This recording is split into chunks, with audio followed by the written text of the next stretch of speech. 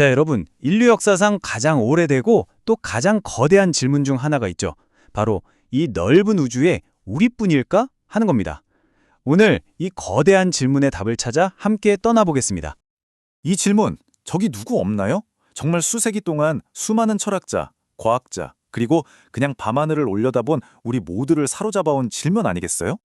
자, 그런데 본격적으로 탐사를 시작하기 전에 우리 머릿속에 있는 외계인 이미지부터 좀 정리하고 가야 할 것 같아요. 우리가 SF 영화에서 보는 그런 인간형 외계인이나 막 번쩍이는 우주선 이런 걸 찾는 게 아니거든요. 실제 과학자들은 훨씬 더 근본적인 걸 찾고 있습니다. 바로 생명의 가장 작은 흔적, 이를테면 박테리아나 유기분자 같은 것들이죠. 그럼 이제 진짜 우주적 탐정 수사를 시작해볼까요? 모든 수사가 그렇듯이 가장 먼저 해야 할 일은 생명체가 있을 만한 장소를 찾는 겁니다. 즉, 생명이 존재할 수 있는 조건을 찾아 나서는 거죠. 우리가 찾는 첫 번째 단서는 바로 위치입니다. 골디락스 존이라는 말 들어보셨죠? 동화에 나오는 곰3마리 이야기처럼 너무 뜨겁지도 않고 너무 차갑지도 않은 딱 적당한 곳을 말하는 건데요. 바로 이 구역에서 생명의 핵심인 액체 상태의 물이 존재할 수 있는 거죠. 자, 그럼 이제 시야를 좀 더 넓혀볼까요? 행성계를 넘어서 은하 전체를 한번 봅시다. 놀랍게도 이 거대한 은하에도 골디락스 존 같은 개념이 있습니다.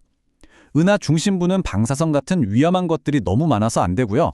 그렇다고 너무 외곽으로 가면 생명에 필요한 재료들이 부족해요.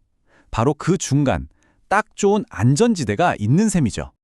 여기서 정말 소름 돋는 사실이 하나 있습니다. 뭔지 아세요? 바로 우리 지구가 이 은하의 생명체 거주 가능 구역 안에 정말 기가 막히게 자리 잡고 있다는 겁니다. 딱 좋은 위치에 말이죠.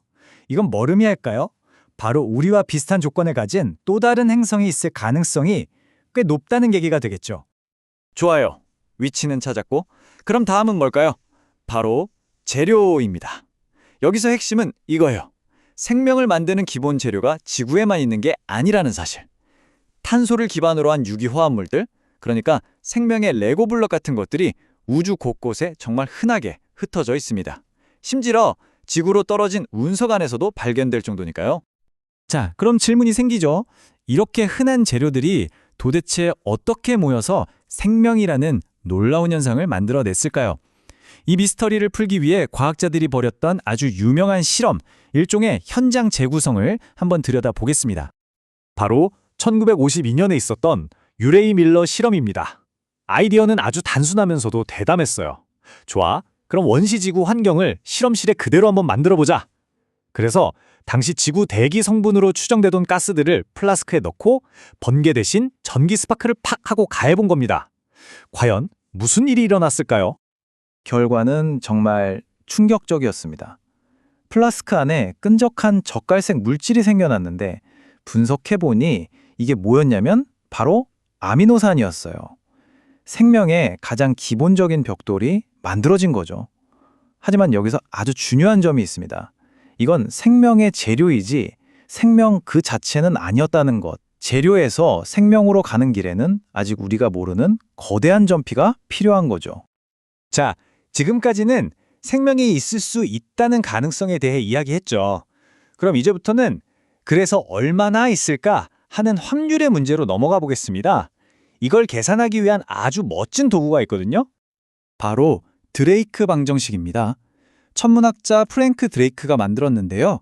이건 단순히 외계인이 몇 명일까를 맞추는 점괘 같은 게 아니에요.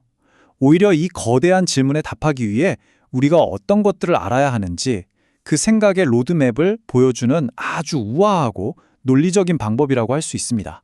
보시면 이 방정식은 거대한 질문 하나를 여러 개의 작은 질문으로 잘게 쪼개놓습니다.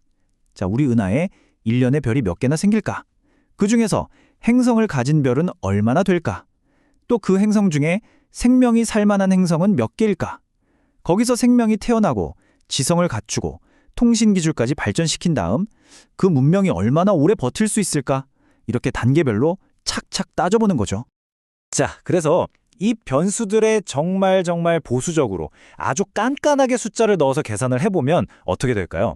놀랍게도 우리 은하에만 우리와 소통할 수 있는 문명이 적어도 10,000개는 될 수 있다는 결과가 나옵니다. 10,000개요. 10,000개. 정말 엄청난 숫자죠? 그런데 바로 여기서 이 이야기는 가장 극적인 반전을 맞이하게 됩니다. 이 엄청난 확률과 우리가 마주한 냉혹한 현실 사이의 간극, 바로 거대한 침묵이라는 미스터리입니다. 바로 이 질문이에요. 계산대로라면 밤하늘은 외계인들의 신호로 시끌벅적해야 하는데 왜 이렇게 조용할까요? 이 넓은 우주에 우리만 있는 것처럼 왜 이렇게 고요한 걸까요? 모두 어디에 있는 걸까요? 과학계에서는 이 기묘한 모순을 페르미 역설이라고 부릅니다. 외계인은 분명히 있어야 하는데 왜 아무런 증거도 없는가? 이 간단하지만 강력한 질문이 바로 페르미 역설의 핵심이죠. 다들 어디 갔어? 하는 외침과도 같습니다. 자, 그럼 과학자들은 이 기묘한 침묵, 이 페르미 역설을 어떻게 설명하려고 할까요? 지금부터 몇 가지 흥미로운 가설들을 한번 살펴보겠습니다. 이 침묵의 이유 정말 다양하게 생각해 볼 수 있습니다. 어쩌면 생명 탄생 자체가 정말 기적적으로 드문 일이라서 우리가 우주 최초의 지성체일 수도 있고요. 아니면 안타깝게도 지성을 가진 종족은 기술이 발전하면 스스로를 파괴하는 운명을 가졌을 수도 있습니다. 혹은 그냥 별과 별 사이가 너무 멀어서 신호가 오지 못하는 걸 수도 있죠. 어쩌면 모두가 우리처럼 수십만 하고 아무도 송신은 안 하는 우주적 눈치 게임을 하고 있는 건지도 모릅니다. 물론 인류도 가만히 앉아서 기다리기만 한 건 아닙니다. 세티 프로젝트라고 들어보셨죠? 수십 년 동안 거대한 전파 망원경으로 밤하늘을 향해 귀를 기울여 왔어요. 하지만 지금까지 40번이 넘는 시도에도 불구하고 아직 이렇다 할 신호는 잡지 못했습니다. 결국 이 모든 질문은 다시 우리 자신에게로 돌아옵니다. 이 거대한 우주의 침묵이 우리에게 말해주는 건 뭘까요? 우리가 정말로 혼자라는 뜻일까요? 아니면 우리가 정말 특별한 존재라는 뜻일까요? 어쩌면 이 질문의 답을 찾는 과정 자체가 저 먼 우주가 아니라 바로 우리 자신에 대해 더 깊이 이해하게 되는 과정은 아닐까요? 외계 생명체를 찾는 이 끝없는 여정은 결국 우주라는 거대한 거울 앞에선 우리 자신을 들여다보는 일일지도 모르겠습니다.